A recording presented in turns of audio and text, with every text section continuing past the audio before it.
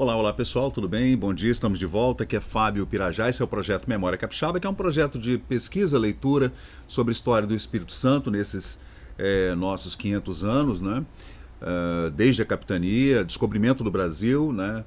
O advento da capitania, das capitanias hereditárias, o nosso primeiro donatário, Vasco Fernandes Coutinho, as navegações, a colonização do solo espírito-santense, que a gente comemora, 1535, e depois o aniversário de Vitória, 1551, e a gente vem, né, pesquisando tudo, e sempre dizendo que esses três primeiros séculos foram séculos muito difíceis, né? Século XVI, XVII e XVIII foram séculos de invasões francesas, holandesas, inglesas, espanholas, o tráfico negreiro e o estabelecimento dos jesuítas e seus engenhos e seus conventos aqui na Ilha de Vitória, no Convento da Penha, também Araçatiba, a grande fazenda de Araçatiba que pertencia aos jesuítas, e a gente vem pesquisando, e o século XIX, que é aquele século incrível, né? Que começa com a vinda da família real portuguesa para o Brasil e depois com a proclamação da República no final do século. E é o século que mais me interessa, assim, que eu gosto mais de estudar. Agora o século XX também, né, até 1930, com o famigerado golpe do Getúlio, que instituiu aquela ditadura terrível, getulista. A gente estuda ali a primeira República Velha, a primeira República, né, e esse golpe. Depois a gente para por ali porque aí já não me interessa muito. O Brasil também participou timidamente da Segunda Guerra Mundial, né, Monte Castelo, claro que a gente reverencia aqueles pracinhas incríveis que foram até a Itália, morreram por lá, muitos, né? Outros voltaram, dão nomes a muitas ruas de Vitória e tudo. E é um período que me interessa um pouco. A Segunda Guerra, sim, me interessa muito, mas a participação do Brasil na Segunda Guerra, né? Até por conta desse arremedo mal feito do Getúlio com as potências do eixo, Itália, Japão e Alemanha, simpatizante do fascismo, né, do franquismo e do nazismo, Getúlio, né? Então, Brasil com muitas colônias alemãs espalhadas por todo o Brasil, e o povo alemão foi enganado, né? Então a gente tem que ter muito cuidado no estudo desse período, especialmente, né, da Segunda Guerra Mundial e do pós-guerra e Guerra Fria e tal. Mas assim, voltando, eu gosto mais do século XIX, né, por tudo que ele representa no campo da política, das guerras, também da derrota de muitas monarquias, especialmente aquelas absolutistas do final do século XVIII, né? A Revolução Francesa e também as guerras napoleônicas, e o império que Napoleão estabeleceu na maior parte da Europa, né? E a vinda da família real para o Brasil. Portuguesa, em 1808. Depois, né, tudo que aconteceu, Dom Pedro I, Dom Pedro II e tal, a abolição da escravidão, 1888, e depois a nossa primeira Constituição Republicana, e o golpe que deu início a essa república conturbada que nós vivemos até hoje, né? Não mudou muita coisa, né? As famílias aristocráticas continuam no mesmo lugar, e a gente tende sempre ao libertarianismo, né? Talvez a um Estado cada vez menor, o Estado se intromete menos funcionário público, né? E para quem é ANCAP, assim como eu, respeitando o contrato, propriedade privada e não violência de espécie alguma, estabelecendo a cobrança de impostos, taxas e tarifas por um governo central, violência estatal, né? Então, através dessa premissa que eu começo a minha posição política econômica, né?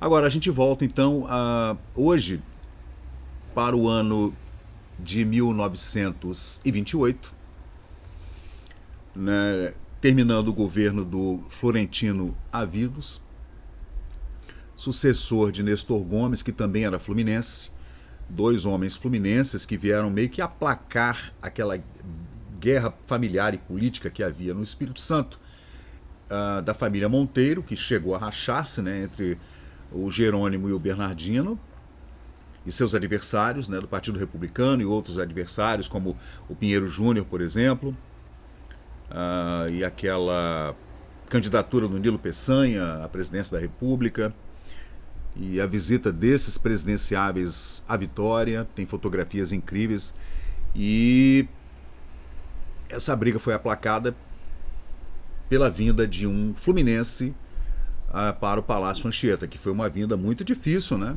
Não foi fácil, não. E depois, com a sucessão do Nestor chegando ao Palácio Anchieta, o Florentino Avildos. Aí a coisa muda um pouco de figura, esses ânimos se arrefecem, até porque todo mundo casou-se com todo mundo, né? A família do Florentino acabou juntando-se com a família Souza Monteiro, com a família Horta e outras famílias, né, de Cachoeiro, de Vitória, de outras localidades do Espírito Santo onde havia muita riqueza, especialmente desses fazendeiros antigos, né, como esses mineiros, por exemplo, da família Souza Monteiro, que são de Minas Gerais, e aqueles que vieram do norte do Rio de Janeiro, especialmente Campos de Goytacazes, né. E essas cidades do norte fluminense, divisa com Itabapuana, sul do Espírito Santo. Então houve muita migração no período que eu diria ali na metade do século XIX, e essas famílias foram, né, naturalmente, né, naquela época era desse jeito, fazendeiro casava com fazendeiro, políticos da região, as famílias se misturavam dessa forma, aí juntavam as suas riquezas, era desse jeito que acontecia, e mudou muita coisa? Acho que não, né? Continua mais ou menos do mesmo jeito. Quando se fala em vamos mudar a família, nova família, família de... essas famílias novas, né, esquerdistas que se fala hoje, mas lá no topo da pirâmide a família continua do mesmo jeito, né? Continua aquela família tradicional, não mudou nada. Eles querem mudar a sua família, né, mas a família deles lá em cima não querem mudar nada. Continua lá no topo da pirâmide, as famílias continuam constituídas com papai, mamãe, filhinho, né, bonitinho, todo mundo unido ali, a família unida, não tem nada de disrupção familiar, não. Não é desse jeito. E antigamente era assim mesmo, né?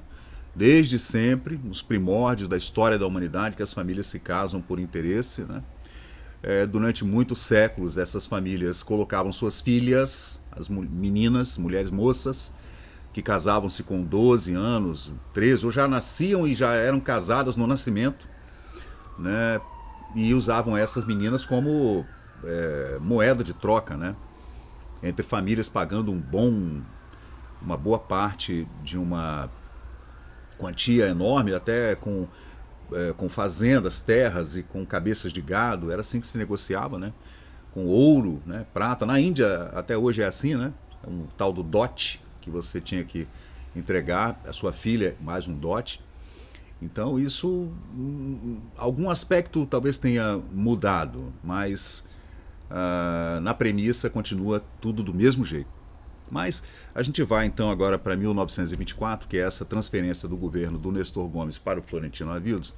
E quando o Florentino Avildos saiu do governo, apesar de muitas obras e tudo, é um governo muito reverenciado por alguns historiadores e pesquisadores, e por outro lado, havia também, especialmente nos jornais da capital federal, no Rio de Janeiro, muita oposição a esse homem. Olha, falava-se muito mal do Florentino Avildos nos jornais do Rio de Janeiro. Esse é o jornal Amanhã e também Diário da Manhã, que são jornais publicados no Rio de Janeiro, Diário Carioca também, né? Quarta-feira, 29 de agosto, dia do meu aniversário, 1928, coincidência, né? Falando sobre as prestações de contas desse quadriênio do governo do Florentino, entre 1924 e 1928. Aconteceram muitas obras, tá, gente? Muitas obras. Obras de aterro, ampliação do porto de Vitória, também a contratação de muitas empresas e muitos contratos fechados de forma que a gente fica na dúvida, muitos lobbies e muitas propinas, e também muito nepotismo, nossa, muito nepotismo. Mas faz parte da história, a gente só tem que examinar com cuidado, né, para fazer ressalvas e não ser honesto, né, não ser injusto, né. Mas vamos lá.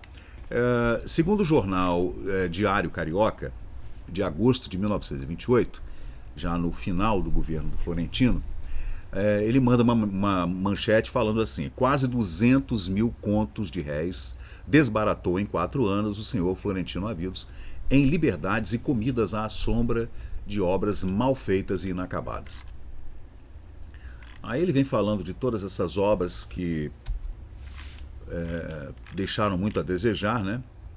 E fala o seguinte: já mostramos aqui os motivos pelos quais está entravada a candidatura ao Senado do senhor Florentino Avidos. Nessa ocasião, o Senado interrompeu a candidatura dele ao Senado, dizendo que ele estava inelegível, e a gente vai entender por quê. Ex-presidente do Espírito Santo Florentino, referimos-nos à sua inabilidade política, com a qual desgostará profundamente a todos os políticos do Estado, no ponto de não poder ser candidato indicado pela comissão executiva do partido da situação, se a questão for aberta pelo atual presidente, o senhor Aristeu de Aguiar, que sucedeu o Florentino, que foi aquele governo que acabou dando problema com a caravana liberal, né, tiroteio, morte, e o Aristeu teve que fugir daqui. E aí teve o golpe do Getúlio, embolou tudo, aquela confusão que a gente já conhece. Já tem vídeo aqui no canal falando sobre isso. Depois a gente volta e faz um vídeo maior para falar sobre esse incidente da caravana liberal.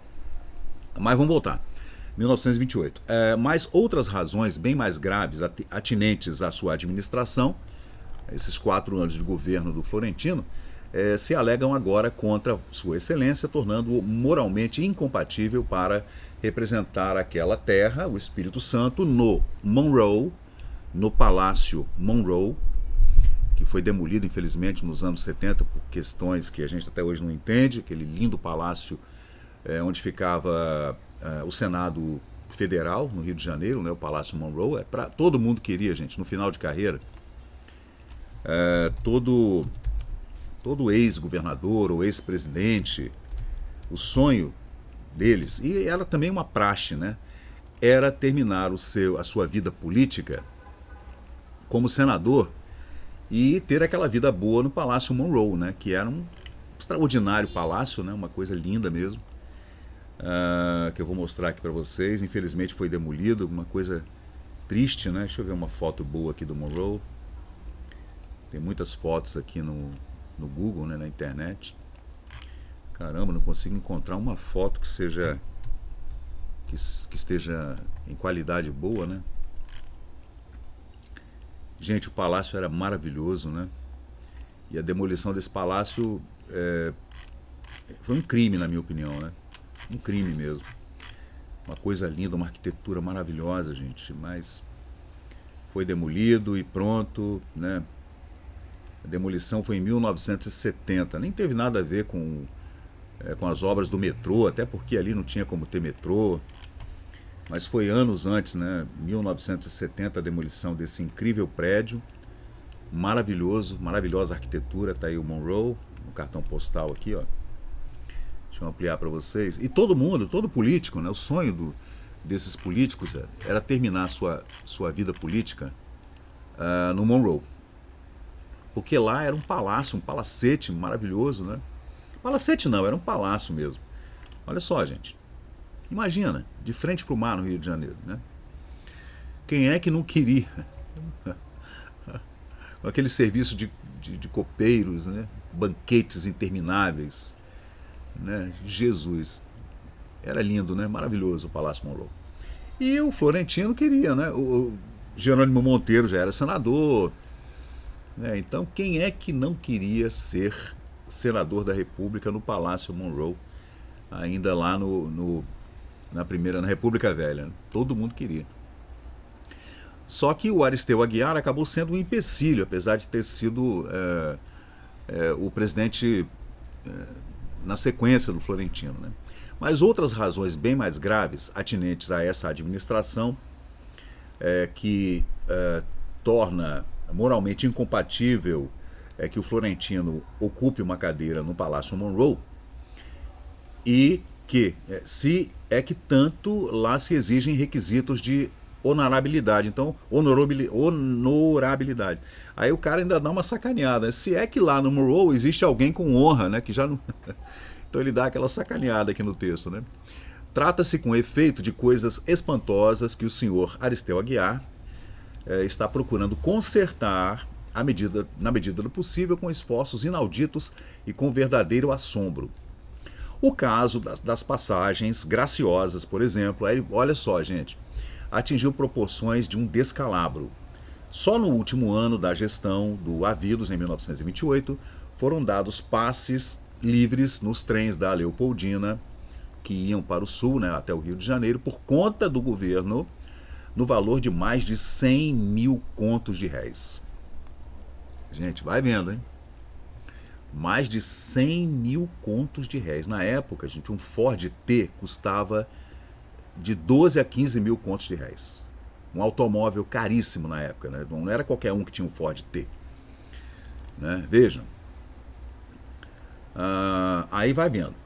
Mandava conceder esses passes livres na Leopoldina, naqueles os carros mais luxuosos, né, gente? Os executivos, né?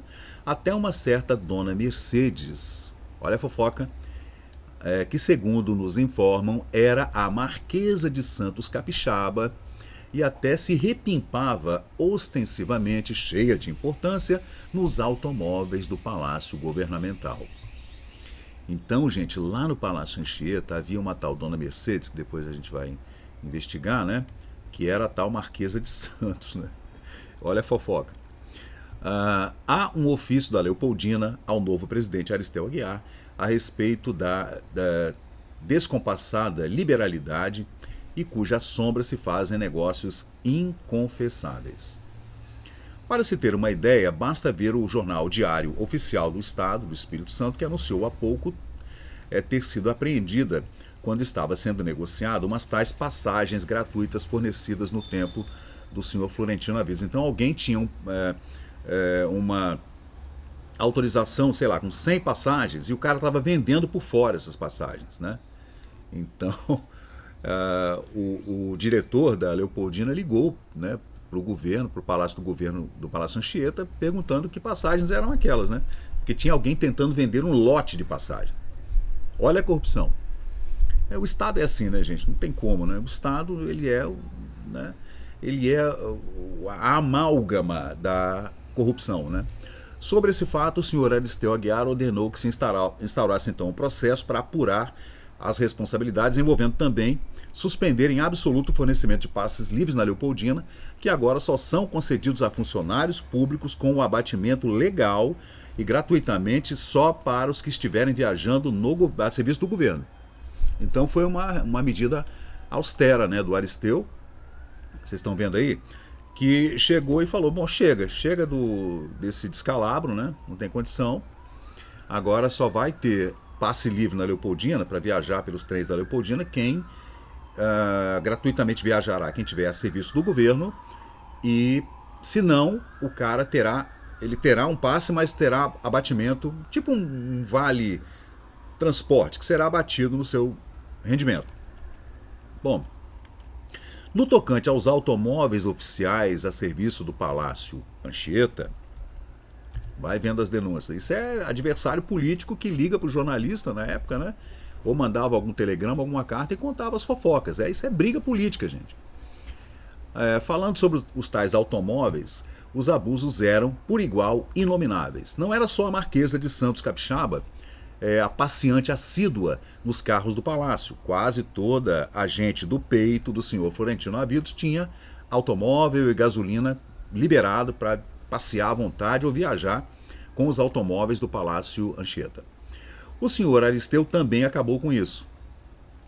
Agora, só há um automóvel para o presidente e que nele somente transita quando estiver em serviço oficial. Então o Aristeu realmente entrou, né, e deu uma arrumada na casa. Quem sabe ele não tenha incomodado ou atrapalhado pessoas gradas importantes dentro do estamento burocrático estatal aqui no estado do Espírito Santo. Incomodou.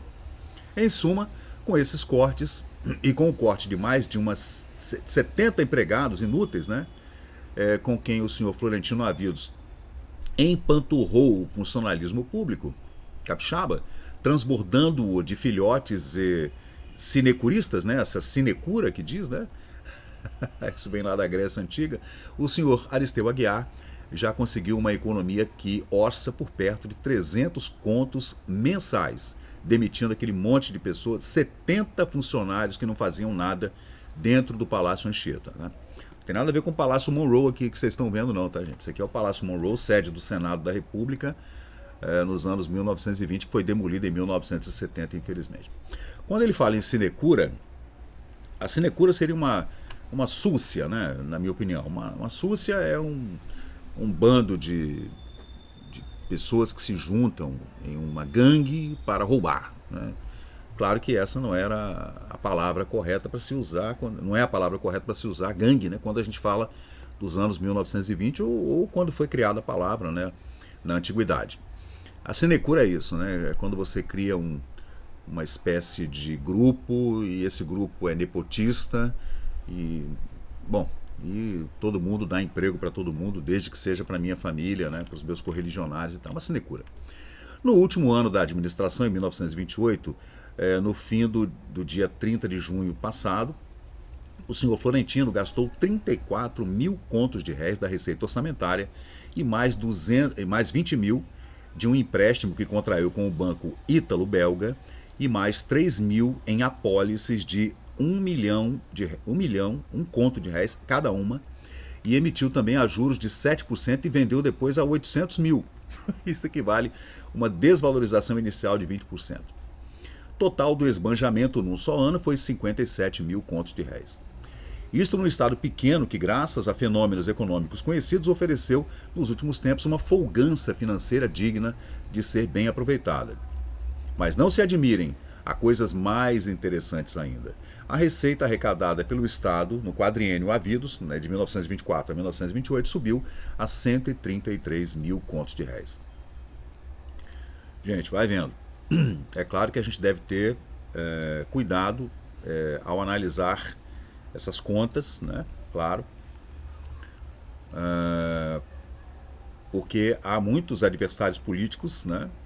Há uma briga política intensa, imensa, né? Que fazia com que o Palácio Anchieta fosse um local onde todos queriam estar, que ali você tinha a chave do cofre, né? da coletoria fiscal estadual, né? E você podia fazer o que você quisesse ali, desde que seus correligionários assim o quisessem ou apoiassem, inclusive a bancada federal na capital da República, no Rio de Janeiro, né? Bom, seguindo, vamos lá. Adicionem-se ainda a quantia, o referido empréstimo de 20 mil contos, né? Os 3 milhões de apólices emitidas, 3 mil de apólices emitidas e 12 mil provenientes da venda dos serviços de bondes de Vitória, Cachoeiro de Itapemirim, AGE, a General Electric. Nós já temos até vídeo aqui no canal falando sobre esse assunto, né? Da venda de todo o serviço de eletrificação do Espírito Santo, com todos os bondes, as usinas de Fruteira e do Jucu, tudo foi vendido para a GE, para a General Electric, foi privatizado, digamos, né? Porque, segundo Florentino, o Estado do Espírito Santo não tinha condições de tocar. Não havia dinheiro, receita suficiente para tocar os bondes todos de Cachoeiro, de Vitória, de Vila Velha, as usinas e tudo, os geradores de energia, toda aquela fiação e fazer obras e tudo, porque essa obra, a população da cidade vai aumentando, gente, e você precisa fazer mais obras para ampliar essa demanda por energia elétrica, né? E os bondes elétricos e tudo. Então ele resolveu privatizar, só que privatizou, gente, a preços que são inacreditáveis. 12 mil contos de réis ele vendeu tudo, todos os bondes, todas as linhas, tudo, as duas usinas. Então os adversários políticos ficaram apavorados, né? Aí foi uma briga terrível. Aí teve muito embate político na capital, né? No Palácio Tiradentes e no Monroe, na capital da República, com os deputados federais capixabas e os senadores. Então havia quem era a favor, havia quem era contra. Então a imprensa, gente, essa crônica política era maravilhosa nos anos 1920. Havia muita liberdade de imprensa, muita liberdade de imprensa. Hoje não dá nem para comparar, né? Os jornais do Rio eram absolutamente livres, jornalistas falavam o que queriam e colocavam provas nos jornais e o jornal da oposição brigava com o jornal da situação. Não havia essa questão de direita e esquerda ainda, porque as brigas eram brigas dentro do alto escalão da sociedade. Ainda não havia nenhum partido de trabalhadores ainda, não existia isso. Existiam os partidos republicanos, os partidos liberais, os partidos até monarquistas que queriam a volta da família real, né? Mas não havia esse embate entre esquerda e direita, como se a esquerda fossem os trabalhadores. Isso não havia acontecido ainda no Brasil até os anos 20, tá? Mesmo com a Revolução Russa de 1917, mesmo com a Primeira Guerra Mundial, o Brasil ainda era meio que um recôndito assim, de uma monarquia republicana, digamos assim, né? Que o presidente era um monarca, né? Aliás, até hoje é assim, não mudou nada, né? Mas vamos voltar. E não se alegue que gastando todo esse dinheiro, gente, todo esse dinheiro, primeiro um empréstimo de 20 mil contos, 3 mil contos em apólices, 12 mil da venda dos bondes de Vitória de Cachoeiro para a GE, sendo que a receita arrecadada foi de 133 mil contos, então o Estado estava falido, né? Falido, completamente falido. O que ele mais deixou foram dívidas, com as quais talvez ele se elevem essas dívidas a cerca de 200 mil contos. A arrecadação foi de 133 mil em 4 anos, né? E segundo essas cifras, que os jornais chamam de esbanjadoras, né? O déficit era de aproximadamente 80 mil contos de réis, né? Entre essas dívidas figuram a de parte da ponte que liga Vitória ao continente, a ponte da Ilha do Príncipe e a ponte, as 5 pontes, né, que ligam a Ilha do Príncipe à Vila Velha, né, hoje chamada Ponte Florentino Avidos, e de parte da ponte de Colatina, que também lá é Ponte Florentino Avidos, que ainda precisa de 500 contos para calçamento, existindo mais um vultuoso compromisso com a Companhia do Porto da capital de Vitória, que foi orçada a suspender os serviços em virtude do desembolso que lhe deve o Estado. Então a Companhia do Porto de Vitória era uma companhia particular, né? E por conta da ampliação do porto, de todas as obras que foram feitas para ampliar o Porto de Vitória, a partir da Rua do Comércio até lá na Ilha do Príncipe, até lá na Santa Casa de Misericórdia, o Estado ainda ficou devendo a essas empresas que estavam fazendo a obra. Todas as empresas do Rio de Janeiro, gente. O governo não possuía empresa para isso. O governo tinha o dinheiro e contratava as empresas, assim que funciona, né? Aí segue aqui falando o jornal Diário Carioca, de 29 de agosto de 1928. E as obras do senhor Avidos? Foram estas: um grupo escolar, o mercado, que é o Mercado da Capixaba, que foi reformado agora, né? A gente foi à inauguração. Uma casa para os serviços de melhoramento do porto, construções estas que já estão abaladas, ameaçando até ruir o edifício do grupo de melhoramento, você vê, ali onde está hoje o museu, né, o MAIS, na Jerônimo Monteiro, a Ponte de Vitória, né, que já cedeu 2 pilares da Ponte Florentino Avidos, já haviam cedido 2 pilares por conta da obra mal feita. A Ponte de Colatina e a Avenida da Capixaba, que também não ficou completa. Então foram muitas obras, gente, muitas obras. Muitos contratos sem licitação. Essa é a pendência aqui que deu discussão no Tiradentes e no Monroe. Dos serviços do porto, só fez a parte do aterro da Rua do Comércio. Tem até uma foto que eu subi agora para o Memória Capixaba, que mostra bem aqui, deixa eu ver se eu encontro rápido para mostrar para vocês. Uma foto maravilhosa desses primeiros aterros que estão aqui, ó. Vamos lá. Aqui, ó. Tá aqui. Essa é uma das obras, tá vendo ali, gente? Ó. Aqui a gente consegue ver bem. Essa aqui é o Mochuara, tá vendo lá atrás? Aqui é a Santa Casa de Misericórdia, tá? Então essas obras aqui todas, gente, ó, com esses barcos aqui, rebocadores e bombas tirando água, jogando areia, tudo isso aqui era feito por empresa particular, né? E o governo do estado tinha que pagar essas obras. E eram obras muito grandes. Muitos trabalhadores ali eram pardos e pretos, né? E esse pessoal recebia uma miséria. Imagina quanto é que recebia um operário desse. Né? A gente vê as fotografias do Benedito Calixto durante essas obras, que ele foi chamado aqui para fazer um estudo topográfico e tal. O pintor, né, Benedito Calixto, a gente vê os homens trabalhando, eram todos homens pretos, né, descendentes de ex-escravos e tudo. E o pessoal recebia uma miséria, né, uma miséria mesmo. E o governo ficou devendo esse dinheirão aí. E as obras tiveram que ser interrompidas. Então o Aristeu Aguiar mandou parar as obras, porque havia ainda um montante enorme para pagar dessas obras do aterro do porto, da ponte Florentino Avidos, que estava com problema já, com 2 pilares dando problema, abalados, né? Aí ele segue falando aqui. Ainda a Avenida Capixaba, que não estava pronta, ficou ali aquele monte de obra para terminar. Né? A desapropriação de um antigo casario que ficava ao centro da Avenida Capixaba teve que ser tudo demolido, né, para fazer essas obras de ampliação da Avenida Capixaba, né? E dos serviços do porto, só fez a parte da Rua do Comércio, que vocês estão vendo aí nessa foto, sendo de notar que também já caiu um pedaço do cais em construção, entregue à sapiência técnica do senhor Moacir Avidos, filho do ex-presidente. Gente, o embate político é assim, tá? Eu estou só lendo uma transcrição de documentos que foram lidos na Câmara Federal e no Senado Federal, na capital federal, Rio de Janeiro, no Palácio Tiradentes e no Palácio Monroe. Então, ninguém está inventando nada, tá? O pessoal, isso é briga política. É claro que havia muita gente que era a favor do Florentino, queria ele no Senado e tudo, né? Mas, por enquanto, ele estava inelegível até por conta de muitos relatórios do governo do governador Aristeu Aguiar, do presidente Aristeu Aguiar, com relação a essa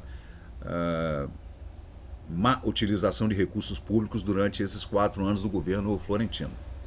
Além disso, o que há de salientar são alguns caminhos abertos a que se dá nome de estrada de rodagem, por onde ninguém pode transitar quando chove. Abriu muitas estradas pelo interior, especialmente para Cachoeiro, Santa Leopoldina, Rio Novo, muitas estradas de rodagem.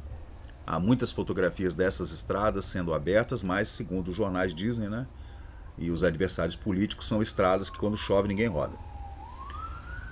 Todas essas obras foram mal feitas, ficaram incompletas e consumiram rios de dinheiro por causa do filhotismo e das comidas, entre aspas. Gente, aí eu não sei a que se refere o jornal. A gente está falando de 100 anos atrás, né? Quando ele trata de comida, será que o redator, o jornalista, está falando da Marquesa de Santos, capixaba, que andava de graça, tinha chofer bancado pelo Palácio Anchieta, com gasolina liberada, podia viajar para qualquer lugar que quisesse, né? Naqueles automóveis, nos Chevrolets, né? Que o Ford T não era automóvel para o Palácio Anchieta, não, gente. Eram os Chevrolets, né? Então, a gente não sabe a que se trata. Essa palavra comida, entre aspas, está querendo dizer o quê? Ou se são aqueles banquetes maravilhosos, regados a champanhe francês, né? E carne de fazão, né? Que acontecia muito no Palácio Anchieta nessa época, né? Então vejamos, aquele senhor Moacir Avidos, filho do senhor Florentino, era seu secretário de Agricultura e Obras Públicas e era chefe supremo dos Serviços de Melhoramento de Vitória, o SMV, que ficava aqui na Jerônimo Monteiro, num prédio instalado ali naquela, onde está hoje o Museu de Arte, né, o MAIS, que na época, segundo os adversários políticos e os jornais do Rio de Janeiro, porque isso não se dava em jornal de Vitória de jeito nenhum, os jornais de Vitória não falavam isso, de jeito nenhum. Se falassem, não tinha subsídio mais, que o prédio estava caindo. E o Moacir era o diretor dos Serviços de Melhoramento de Vitória. E também chefe geral das obras do Porto, né? Ele era engenheiro também, como o pai, tá, gente? Recebia gordos vencimentos pelas 3 fecundas tetas. Ó, são palavras do jornal, tá? Não são palavras minhas, tá, gente? E ainda arranjou 4% do valor da construção de uma estrutura metálica para o porto como fiscal lá na Alemanha. Então dizem que ele recebeu 4% de comissão para fechar o contrato para a construção da ponte Florentino Avidos, ligando a Vila Rubim, a Ilha do Príncipe ao continente, a Vila Velha. Então, 4% de comissão para trazer a obra daquela empresa para a construção da ponte. Essa porcentagem lhe rendeu uma bagatela de 200 contos de réis. Para fazer jus a ela, o Feliz Pimpolho esteve apenas 2 dias na Alemanha, onde seguiu para Paris, a fim de dar cumprimento a outra rendosa missão paterna, tratar da liquidação do empréstimo externo do Espírito Santo. Então, o Espírito Santo tinha uma dívida com um banco ítalo-belga, e o Moacir viajou, a pedido do pai, né, no último ano do mandato, 27, 28, nos 2 últimos anos, né, para tentar resolver esse empréstimo com o banco ítalo-belga. Além dos 200 contos, né, os 200 bagarotes, segundo o jornal acima citado, o senhor Moacir abiscoitou mais uma gratificação de 35 mil réis pelo passeio pela Europa, Alemanha e Paris, né, feito com todas as despesas pagas pelo governo do Estado do Espírito Santo. Gente, lembrando de novo, essas são discussões políticas retratadas e noticiadas, publicadas no jornal Diário da Manhã, jornal Amanhã e outro, Diário Carioca, perdão, Diário da Manhã aqui, capixaba, Diário Carioca, Amanhã e outros jornais do Rio de Janeiro, tá? O pau comia, tá? De um lado e de outro. Era acusação de um lado e de outro. Todo mundo queria, né? Todo mundo queria, né? Um pedacinho desse bolo maravilhoso, né?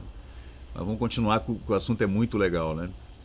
Depois eu vou trazer aqui alguns historiadores, gente, aqui na minha mesa de podcast, para a gente tratar desse assunto com mais profundidade, né?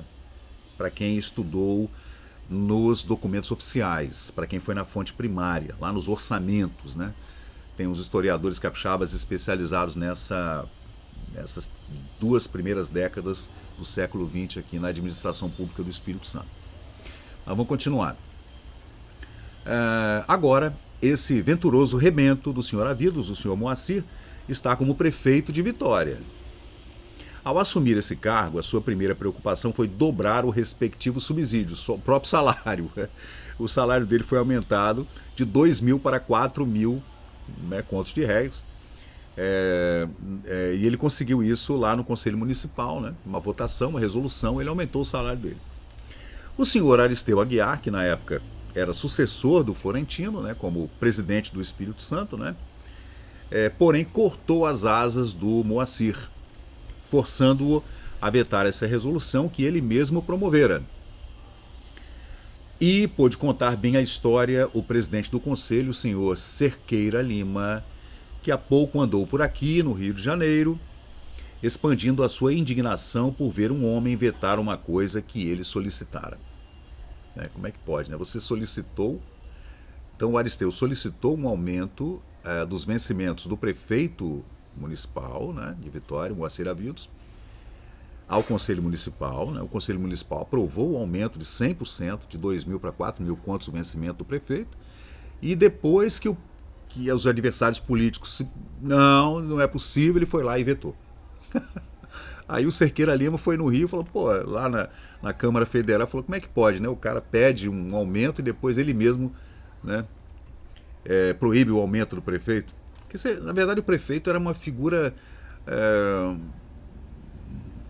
que não representava nada em Vitória, né? Quem mandava na capital, quem mandava em Vitória, Vila Velha, que também pertencia a Vitória, Serra também pertencia a Vitória, quem mandava era o governador. O Palácio Anchieta fica aqui, então quem mandava em tudo era o governador. O prefeito era uma figura, era um posto figurativo, digamos assim. Quando seguiu para Vitória, 4 anos e tanto atrás, o senhor Moacir Avidos vinha de ser um modesto empregadinho, auxiliar do seu tio, o senhor Henrique Novaes, que dá nome à rua, aqui em Vitória, na subinspetoria de obras contra as secas. Hoje possui naquela cidade um prédio que comprou com 100 mil contos de réis na Praça Moscoso, no Parque Moscoso, outro que adquiriu por 80 mil na Avenida Nestor Gomes e vários prédios e terrenos na Praia Comprida, além do dinheiro que não se sabe quanto é, nem onde se acha. Novamente, de vez em quando eu paro para falar que esses são publicações no jornal Diário Carioca de 29 de agosto de 1928, que eu estou somente transcrevendo, tá, gente? E há acusações de todos os lados, tá? Então a briga era ferrenha aí. Cadê o Palácio Monroe? Tá aí o Palácio Monroe, sede do Senado da República nos anos 1920. Aí tá falando então, os jornais perseguem mesmo, né? Eles vão atrás e não sei quem são as fontes desses jornalistas, né? Desses redatores do jornal o Diário Carioca, mas eles vêm batendo com muita força mesmo. Eles não se continham, chamavam mesmo de mentiroso, desonesto, ladrão, desse jeito. Eram poucas as pessoas que recebiam mensalidades do Tesouro mediante simples portarias, sem que fossem do funcionalismo, sem que prestassem serviço algum, de espécie alguma, serviço público, né? E recebiam dinheiro. Entre elas está um irmão do ex-presidente florentino chamado João Avidos, antigo empregado, aqui no Rio de Janeiro, do Bastidor de Bordados. Esse senhor embolsava todo mês 800 contos de réis recebidos por intermédio de um procurador, pois que ele continuava residindo nessa capital, no Rio de Janeiro. Então o procurador recebia do Palácio Anchieta e mandava para o irmão do florentino, o senhor João Avidos. Também um filho do senhor Avidos, de nome ou apelido Ninito, N-I-N-I-N-I-N-T-O, estava estudando na escola militar e recebia 600 contos de réis apontados pelo Serviço de Melhoramento de Vitória. Então, o florentino saiu do governo, mas deixou no Serviço de Melhoramento de Vitória o Moacir. O Moacir tinha um filho chamado Ninito, que era irmão do... O senhor Florentino tinha um filho chamado Ninito, que era irmão do Moacir, que recebia lá no Rio de Janeiro, através do Serviço de Melhoramento de Vitória, lá na escola militar, não tinha nada a ver, né? Nepotismo, mas são acusações nos jornais, tem um lado e tem o outro, né? Ainda um outro filho do senhor Florentino, Durval, era engenheiro-chefe de seção do mesmo Serviço de Melhoramento de Vitória, com 1.200 contos mensais, apesar de ser um rapazola que passou por favor nos preparatórios em Vitória e ultimamente levou bomba no exame de admissão para a Escola Politécnica. E esse jovem exercia a função técnica de engenheiro-chefe da seção.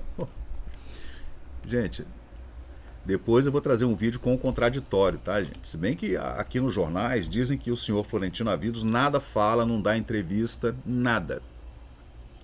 Ele não fala nada sobre isso. Nem sobre a Marquesa de Santos, do Palácio Anchieta, nem sobre todos os parentes empregados às custas do erário dos cofres do Espírito Santo, que recebiam vultuosas quantias mensais sem que nunca tivessem prestado um dia de serviço ao Estado do Espírito Santo. Mas, ó, eu só transcrevi os jornais e estou fazendo um vídeo aqui no canal, tá? Uma outra pessoa desse senhor Durval, sendo sobrinho afim do então prefeito de Vitória, seria um parente, um contraparente, né? Obteve uma concessão municipal para erguer na Praça Jerônimo Monteiro, em terreno de marinha cedido à municipalidade para logradouro público. Esse contraparente do senhor Durval Avidos havia recebido então essa concessão para construir um pavilhão de 4 apartamentos para alugar e um compartimento para explorar o comércio de frios e bebidas, né? Então, imagina, 4 apartamentos, 4 andares embaixo, né, uma loja de secos e molhados, digamos assim. Estava quase pronto o pavilhão quando o delegado fiscal embargou a obra, a construção, estava quase no fim, em nome do governo federal, fazendo-se processo para abertura de inquérito para descobrir, né, porque o patrimônio era patrimônio nacional, né? E a prefeitura graciosamente indenizou o senhor Durval Avidos em 70 mil contos por uma obra que valia muito menos que isso e nem estava acabada ainda. Gente, vamos vendo, né? Caramba, é muita denúncia, né? Note-se que esse delegado fiscal federal, né, digamos assim, continua embargando a venda de numerosos outros terrenos de marinha, com concessões feitas pelo senhor Moacir, prefeito da capital, como se fossem do Estado, à sombra de tais melhoramentos. a diretoria de patrimônio da União está ao corrente de tudo isso, está sabendo de tudo que está acontecendo. Então, eram obras feitas aqui em Vitória, em terrenos de marinha, e outros entregues pela prefeitura, através do senhor prefeito Moacir Avidos, a parentes e amigos correligionários, né? E ele não podia fazer isso, porque terreno de marinha pertence à União. Então houve um embargo da diretoria do patrimônio da União, através de um delegado fiscal federal que impediu as obras, né? Na Praia Comprida, hoje a Praia do Canto, o melhor arrabalde de Vitória, segundo o jornal Diário Carioca, de 1928, havia uma planta de arruamento, uma linda planta de arruamento feita pelo engenheiro Saturnino de Brito, famosíssimo engenheiro Saturnino de Brito, né? Ainda na época em que o Muniz Freire era presidente do Espírito Santo, né? Essas plantas, gente, ele tinha ruas muito largas, né? Ali na Praia Comprida, na Praia do Canto, eram ruas de 30 metros de largura. E essas ruas foram diminuídas para 10 metros para ficarem mais extensos os terrenos de propriedade dessas famílias abastadas que viviam, tinham sítios, né, na Praia do Canto, na Praia Comprida. Gente, então o cara diminuiu. As ruas seriam avenidas largas, de 30 metros de largura, e foram diminuídas para metade desse tamanho, para que os terrenos contíguos, né, ou na extensão dessas avenidas, pudessem ficar maiores, né, claro. Mas vamos seguir. Gente do céu. Ao que nos afirmam, o senhor Aristeu de Aguiar, que era o presidente do Espírito Santo, determinou o restabelecimento das dimensões das constantes plantas do Saturnino de Brito a 30 metros novamente, mandou voltar tudo. Aristeu mandou voltar. Bicho, Aristeu meteu a mão lá na casa dos marimbondos, né? Muitos e excelentes negócios fizeram os filhos do ex-presidente com terrenos da Praia Comprida, que eles obtinham por meia pataca e passavam adiante por bons preços. O exemplo do avança, entre aspas, era dado pelo próprio pai, o senhor Florentino, que durante a sua administração acumulou calmamente o subsídio governamental com os seus vencimentos de funcionário do Ministério da Agricultura. No período em que o Florentino foi presidente do Espírito Santo, na época se chamava assim, né, presidente, ele também era funcionário do Ministério da Agricultura, no Rio de Janeiro. Quando assumiu o governo, o senhor Florentino Avidos pôs a sua irmã como sua oficial de gabinete, recebendo mensalmente 800 contos, né? E residindo em sua companhia lá no Palácio, aqui no Palácio Anchieta. Ali era residência antigamente, tá? Até pouco tempo era residência ainda, agora não é mais. Agora virou museu, né, o Palácio. Porque morar no Palácio Anchieta, né, fala sério, né? Era muito bom. Como essa moça, né, irmã do Florentino, se casou com... Não, essa moça, peraí, pôs a sua irmã... Sim, Florentino botou a irmã dele como oficial do gabinete. Assim como Getúlio colocou a sua filha também como oficial do gabinete, né, no catete. Como a moça se casara com o prefeito, o senhor Avidos nomeou para substituí-la uma outra sua irmã, que morava também em sua companhia. Lembrando que o Moacir foi prefeito de Vitória depois que o pai Florentino saiu do governo. Essa moça que trabalhava como oficial de gabinete, a irmã do Florentino, casou-se com o prefeito na época, né, que não era o Moacir, não ia casar com o irmão, né? Claro que não. Vocês entenderam? Como essa moça casou-se com o prefeito, que deve ter sido um índio, né? O senhor Avidos nomeou para substituí-la uma outra moça, uma outra irmã sua, que morava também em sua companhia no palácio, e começou a receber esses vencimentos, né, de 800 contos, né, e no qual, entretanto, trabalhavam com afinco, com obrigações e afazeres não pequenos, outras duas moças que percebiam 400 por mês, que não eram parentes do governo, de ninguém do governo, ou seja, a metade do que recebia a irmã do senhor Florentino Avidos, né? Aí o jornal fala, bom amigo da família, esse senhor Avidos, né? Gente, olha, eu tô só relatando o que estava dando nos jornais, né, na época que o Florentino era presidente do Espírito Santo, entre 1924 e 1928. É claro que a gente deve ter cuidado, porque havia muita fofoca de palácio, fofoca de corredores. Esse homem não era capixaba, ele era fluminense. Ele havia sido indicado pelo Nestor Gomes, que também era fluminense, não eram capixabas esses homens. A gente tem que entender o contexto político da época.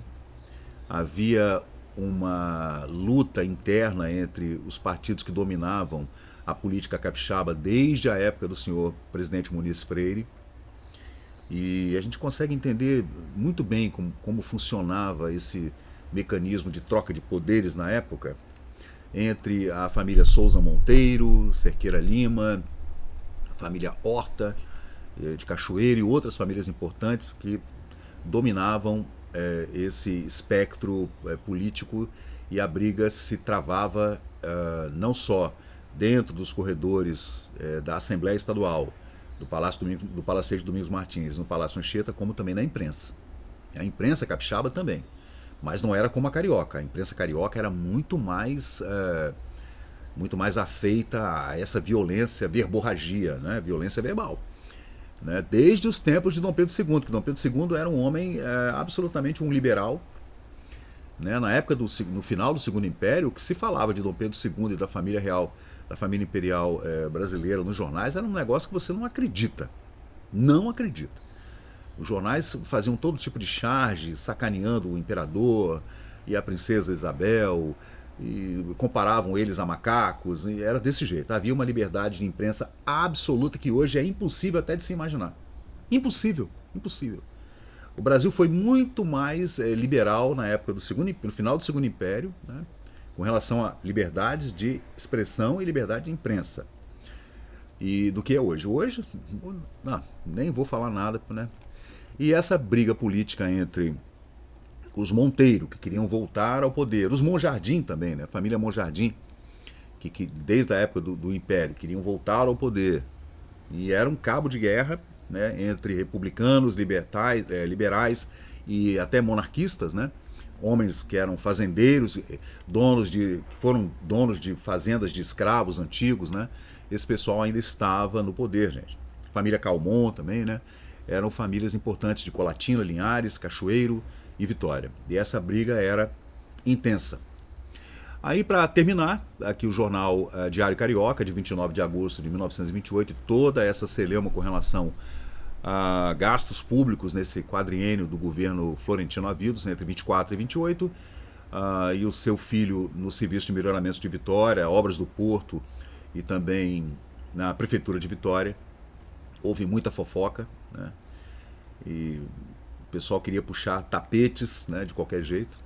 Para terminar, por enquanto, visto que há muito que contar da passada administração do Espírito Santo, fazia parte da Assembleia Legislativa do Estado o senhor Mário Imperial, que, filiado à corrente do senhor Pinheiro Júnior, adversário político, e se distinguia como um dos deputados mais inteligentes, operosos, leais e dedicados.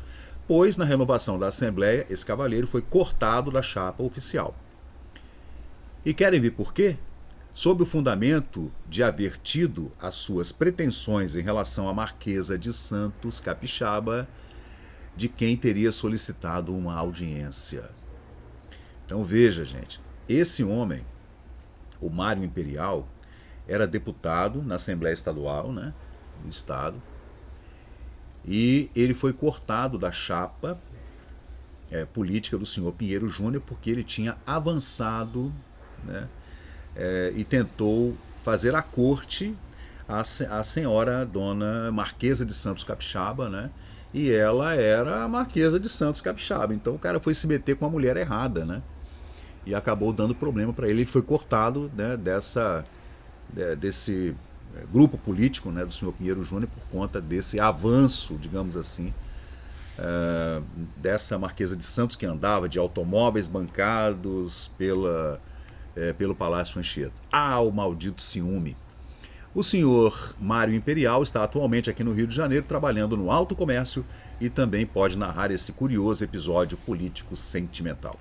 Aí a gente vê, né? Será que foi o Mário Imperial que bateu pro jornal Diário Carioca, toda essa história, né? E fez toda essa fofoca? Aí a gente não sabe, né? Fica aí essa nossa vontade de entender melhor essa política capixaba nos anos 1900, final dos anos 1920, que é incrível mesmo, né? Essa história toda está narrada aí no Memória Capixaba, gente. E depois eu vou trazer o contradito, porque a gente tem que entender que essas forças políticas se degladiavam, como eu falei, nos corredores dos palácios Domingos Martins e Anchieta e também na imprensa. E às vezes a briga ia para a rua, para o meio da rua, com tiroteio e morte. Isso vai acontecer 2 anos depois, né, em 1930, com a caravana liberal que tirou do poder o Aristeu Aguiar, que teve que fugir-se daqui com o Mirabeau Pimentel, seu secretariado, fugiram para o Rio de Janeiro com medo de morrer, e o golpe que instituiu a ditadura Vargas em 1930. História incrível também. E a gente vai fazendo o quê? Vamos fazendo essa junção, né, de décadas, que eu gosto de estudar por décadas, né? Eu consigo estudar melhor quando eu estudo por décadas. Assim, quando é século XVI, XVII, eu gosto de estudar de 50 em 50 anos. Mas quando vai chegando ali no final do século XIX, início do XX, eu vou dividindo por décadas que eu consigo entender melhor essas relações políticas e sociais, familiares inclusive, com casamentos acontecendo, casamentos mesmo, né? Cerimônias de casamento acontecendo entre famílias de políticos e fazendeiros e altos funcionários do Estado, para alinhavar essas sinecuras e manter esse nepotismo de forma que não se mexa em nada, para que fique tudo na mais tranquila ordem estabelecida há centenas de anos, né? Então é isso aí, pessoal. Eu sou o Fábio Pirajá, esse é o Memória Capixaba. Quero novamente dizer que são relatos do jornal Diário Carioca, de 29 de agosto de 1928, estão na Biblioteca Nacional. Qualquer pessoa pode ir lá pesquisar e ler isso aí e fazer os seus comentários, né? Porque isso é uma coisa que aconteceu há quase 100 anos atrás e há muitos desdobramentos, familiares inclusive. Então a gente deve ter bastante cuidado na hora de trazer de volta esses assuntos, que são assuntos sensíveis. Mas de qualquer jeito esse é um jornalismo, né? É uma pesquisa histórica que a gente faz e vamos trazer também o contraditório, é claro. Então valeu, pessoal, muito obrigado e até a próxima. E chegamos ao final de mais um vídeo aqui do Memória Capixaba. E se você curtiu o conteúdo, por favor, deixe seu like, compartilhe aqui o nosso canal e inscreva-se para mais novidades. Até a próxima e muito obrigado por participar aqui do Memória Capixaba.